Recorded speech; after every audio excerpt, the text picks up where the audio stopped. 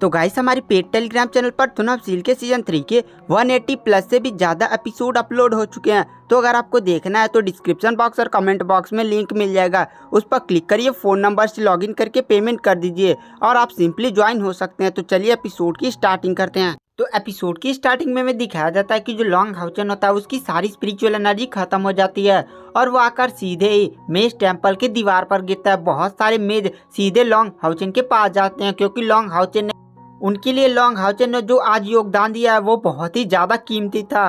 और तभी हमें दिखाया जाता है कि उस हेल पैराडाइज मंत्र को रोकने के लिए वहाँ पर 6 आग के बुलबुले प्रकट हो जाते हैं। उन आग के बुलबुलों में मैजिशियन टेम्पल के सबसे पावरफुल मैजिशियन होते हैं। और तभी हमें दिखाया जाता है कि वहाँ पर टोटल 6 आग के बुलबुले आते हैं और उस हर एक बुलबुले में 6 लोग थे, जिनमें से 5 लेवल 8 के एडवांस स्टेज के कल्टीवेटर थे और एक जो बंदा था मैजिशियन वो लेवल 9 के एडवांस स्टेज का कल्टीवेटर था। और वो सारे बुलबुलों में से जो सारे बहुत ही पावरफुल मैजिशियन होते हैं वह तुरंत राक्षसों द्वारा छोड़े गए हेल पैराडाइज मंत्र को अपने पावर्स का यूज करके रोकने लगते हैं और वो बहुत हद तक काबू पा लेते हैं। लेकिन डेमन गॉड जैसे देखते हैं इन मैजिशियन को, वह कहते हैं कि आज तुम हमें रोक भी नहीं सकते और वह जोर जोर से हंसने लगता है और अपना हेल पैराडाइज मंत्र को और भी ज़्यादा स्पिरिचुअल एनर्जी फैला देता है, जिसके कारण और भी वहाँ पर काली धुंध फैलने लगती है। और तभी हमें दिखाया जाता है वहाँ पर एक आकृति चमकती है और वो और कोई नहीं बल्कि मेज टेम्पल के हॉल मास्टर एल्डरली होते हैं। एल्डरली आते ही तुरंत एक मैजिक को परफॉर्म करके वहाँ पर जितने भी मैजिशियन घायल होते हैं सबको ठीक कर देते हैं और वो लॉन्ग हाउचन की भी बहुत सारी मदद कर देते हैं। उसके बाद एल्डरली अपने पास से एक तलवार निकालते हैं और ये जो तलवार होती है वह एक दिव्य स्तर की उपकरण होती है।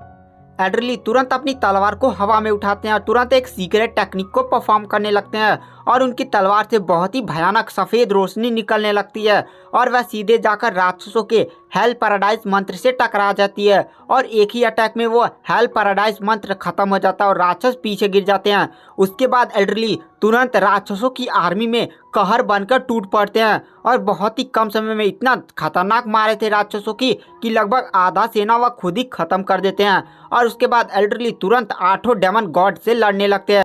8 डेमन गॉड एल्डरली पर एक ही साथ अटैक कर रहे थे, लेकिन एल्डरली अपनी तलवार से 8 के अटैक को एक ही साथ रोक रहे थे और कितने डेमन गॉड को वो घायल कर देते हैं। यहाँ तक कि 5th डेमन गॉड नरक का देवता मारबास भी उनके सामने टिक नहीं पा रहा था।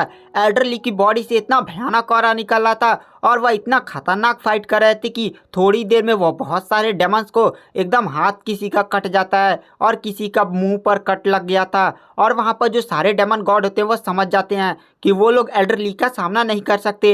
एल्डरली बहुत ज़्यादा पावरफुल हो चुके थे, मतलब अगर वो 100 साल तक और कल्टीवेशन करे तो डेमन गॉड की कल्टीवेशन की लेवल तक पहुंच सकते हैं। और तुरंत वहां पर जितने भी 8 डेमन गॉड होते हैं तुरंत अपनी पिलर का उपयोग करते हुए अपनी आर्मी के साथ वहां से गायब हो जाते हैं। इसके बाद एल्डरली लॉन्ग हाउचन की तरफ देखते हैं और सोचते हैं कि लॉन्ग हाउचन काफ़ी ज़्यादा टैलेंटेड है, क्योंकि लॉन्ग हाउचन ने जो मंत्र का उपयोग किया था वो बहुत ही ज़्यादा कॉमन मंत्र था, लेकिन उसने हेल पैराडाइज जैसी क्षमता को रोक दिया था। यहाँ तक ये जो 36 एल्डर आए थे जो मैजिशियन टेम्पल के सबसे पावरफुल कल्टीवेटर माने जाते हैं, वो भी इन डेमन गॉड की हेल पैराडाइज मंत्र को केवल 15 मिनट से ज़्यादा नहीं रोक पाए थे, लेकिन लॉन्ग हाउचन ने आधे घंटे तक रोका था। एल्डर ये सारा चीज़ अपने कमरे में बैठे ही गोले में बैठकर देख रहे थे और जब वो देखते हैं कि अब उन्हें बाहर निकलने की ज़रूरत क्योंकि अब हालात बिगड़ते जा रहे थे, तब एल्डरली बाहर आते हैं और सारे लोग से अकेले ही लड़कर उन्हें भगा देते हैं। और उसके बाद वहाँ पर हमें दिखाया जाता है 3 दिन बाद लॉन्ग हाउचन काफ़ी ज़्यादा अब ठीक हो चुका था और लॉन्ग हाउचन अपने कमरे में बैठा होता है। उसके बाद हमें सीन शिफ्ट किया जाता है लिलिन और लीसिन की तरफ। दोनों काफ़ी ज़्यादा इमोशनल होते हैं क्योंकि जो लिलिन था वह लॉन्ग हाउचन के साथ अपना डेमन हंट स्क्वाड बनाने फिर से जा रहा था और लिलिन अब मेज टेम्पल से चला जाएगा और दोनों अलग हो जाएंगे। और वहाँ पर दोनों की आंखों में आंसू थे। लिलिन लीसिन से कहती है, लिलिन तुम इतना ज़्यादा इमोशनल मत हो को, तुम भी एक डेमन हंट स्क्वाड के मेंबर हो और मैं भी एक डेमन हंट स्क्वाड की मेंबर हूँ। हमारी टीम अलग अलग है, मैं अपने डेमन हंट स्क्वाड के साथ चली जाऊँगी, तुम अपने डेमन हंट स्क्वाड के साथ चले जाना। वैसे हम हमेशा के लिए अलग थोड़ी ना हो रहे हैं, हम फिर से मिलेंगे। तो वहाँ पर लिलिन कहता है, मैं तुमसे शादी करना चाहता हूँ। तो वहाँ पर लीसिन कहती है, हम दोनों शादी जरूर करेंगे। उसके बाद यहाँ पर एक काफ़ी ज़्यादा इमोशनल सीन हो जाता है और यहाँ पर फिजिकल कांटेक्ट भी हमें दिखाया जाता है। उसके बाद हमें सीन शिफ्ट किया जाता है लॉन्ग हाउचन के कमरे में, जहाँ पर लॉन्ग हाउचन अपने कमरे में बैठकर कल्टीवेशन कर रहा होता है। तभी लॉन्ग हाउचेन के दरवाजे को कोई खटखटाता है तो लॉन्ग हाउचेन कहता अंदर आ जाओ। और तभी हमें दिखाया जाए तानवान और जवान लॉन्ग हाउचेन के कमरे में आते हैं और लॉन्ग हाउचेन कहता है तुम लोग बताओ क्या काम है। तो वहाँ पर जो तानवान और जवान होते हैं वो लॉन्ग हाउचेन से माफ़ी मांगते हैं और कहते हैं लॉन्ग हाउचेन तुम हमें माफ़ कर दो, तुमने हमारे मेज टेम्पल के लिए कितना बड़ा योगदान दिया और हमने तुम्हारे साथ बहुत ही भद्दा व्यवहार किया। तो लॉन्ग हाउचेन कहता है चलो रहने दो, यह सब एक गलत फहमी की वजह से हुआ। उसके बाद वहाँ पर तानवान जवान से कहते हैं जवान तुम बाहर जाओ, मुझे लॉन्ग हाउचेन से कुछ प्राइवेट बात करनी है। जवान तो पहले झिझकता है लेकिन फिर चला जाता है। उसके बाद तानवान कहती है लॉन्ग हाउचेन मुझे आपसे एक बैटल करनी है। तो लॉन्ग हाउचेन कहता है बैटल। तो वहाँ पर तानवान कहती है देखिए मैं अपनी पावर को टेस्ट करना चाहती हूँ कि आप कितने ज़्यादा पावरफुल हैं। मैंने आपको बैटल में वह क्षमता इस्तेमाल करते हुए देखा था, आपने वहाँ पर एक दिव्य उपकरण का उपयोग किया था। तो मैं आपसे बस एक फाइट लड़ना चाहती हूँ और इस फाइट में आप अपना कोई भी उपकरण का उपयोग नहीं करेंगे, केवल आप अपनी स्पिरिचुअल एनर्जी का उपयोग करेंगे और मैं भी अपनी स्पिरिचुअल एनर्जी और अपने मैजिक का उपयोग करूँगी। और गाइस मैजिशियन के लिए सबसे बड़ी पावर कोई उनका हथियार नहीं बल्कि उनका मैजिक था। और वहाँ पर लॉन्ग हाउचेन कहता है ठीक है चलो मैं तुमसे फाइट करने के लिए तैयार हूँ। उसके बाद वहाँ पर जो तानवान होती है वो लॉन्ग हाउचेन को मेज टेम्पल के 4th टेम्पल पर लेकर जाती और वहाँ पर एक प्राइवेट रूम होता है, उसी में तानवान लॉन्ग हाउचेन को लेकर जाती है। दरअसल वो प्राइवेट रूम नहीं बल्कि एक प्राइवेट छोटा सा बैटल ग्राउंड था। तानवान ने इसलिए छोटा सा प्राइवेट बैटल ग्राउंड चुना था ताकि कोई उनको पहचान ना सके कि वो फाइट कर रहे हैं और लॉन्ग हाउचेन को भी कोई पहचान ना सके। और दूसरी रीज़न यह था कि लॉन्ग हाउचेन अपनी स्पिरिचुअल एनर्जी का उपयोग करेगा और तानवान अपनी मैजिक का भी उपयोग कर सकती है और मैजिशियन की सबसे बड़ी क्षमता उनका मैजिक है। इसलिए तानवान ने एक छोटा बैटल ग्राउंड चुना था ताकि लॉन्ग हाउचेन उसके पास जल्दी से आकर उस पर अटैक कर सके। उसके बाद दोनों बैटल ग्राउंड में इंटर करते हैं। लॉन्ग हाउचेन तुरंत गोल्ड एसेंस फाउंडेशन आर्मर और मुखौटा निकाल देता है और लॉन्ग हाउचेन के चेहरे को देखकर वहां पर तानवान काफ़ी ज़्यादा फिर से शॉक हो जाती है और वह सोचने लगती है तो मुझसे भी काफ़ी ज़्यादा छोटा लगता है और कितना ज़्यादा क्यूट है और इसके पास कितनी ज़्यादा हाई लेवल की पावर है।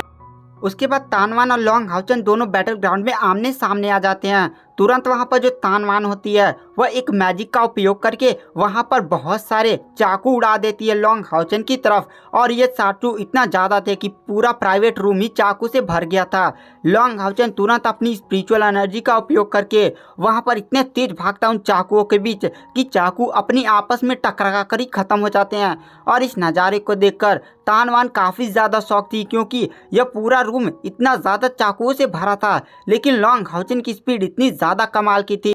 स्पीड और मार्शल आर्ट इसकी इतनी ज़्यादा भयानक कैसे हो सकती है। तभी वहाँ पर तानवान अपनी पूरी पावर्स का यूज करके एक लेवल 8 के मैजिक को परफॉर्म करती है। अगर इसका उपयोग किसी नॉर्मल लेवल 8 के कल्टीवेटर पर किया जाता तो पक्का हार जाता, लेकिन लॉन्ग हाउचेन था।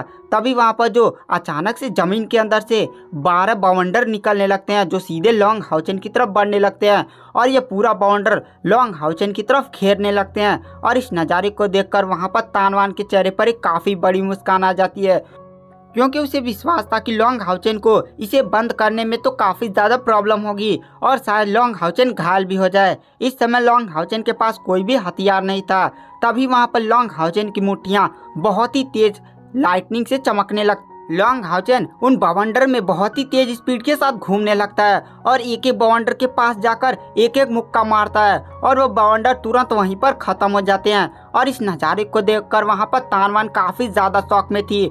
लॉन्ग हाउचेन बवंडर को ख़त्म करता हुआ सीधे तानवान के पास जाता है और उसके मुंह पर एक मुक्का लगाकर रोक देता है, मतलब मारता नहीं, बस नाक के पास ही रोक देता है। तानवान कहती है ये कैसे हो सकता है और तानवान तुरंत वहां पर लॉन्ग हाउचेन से हार मान लेते। तो गाइस क्या आप एनिमी एक्सप्लेनेशन करना चाहते हैं लेकिन आपको इंग्लिश नहीं आती, ना ही वीडियो एडिटिंग आती है और ना ही फ़ोटो बढ़िया से एडिट करना आता है और ना ही पता आपको कैसे रीच बढ़ाई जाती है यूट्यूब, इन सारी प्रॉब्लम का सलूशन लेकर आ चुका मैं। आपको डिस्क्रिप्शन बॉक्स और कमेंट बॉक्स में एक कोर्स का लिंक मिल जाएगा। उस कोर्स में लगभग 30 वीडियो मौजूद हैं और उसमें आपको एनिमी एक्सप्लेनेशन और वीडियो एडिटिंग और इसके बारे में बहुत सारी जानकारी प्रोवाइड की है। तो अगर आपको देखना है तो डिस्क्रिप्शन बॉक्स और कमेंट बॉक्स में लिंक मिल जाएगा। तो चलिए, थैंक यू, बाय बाय।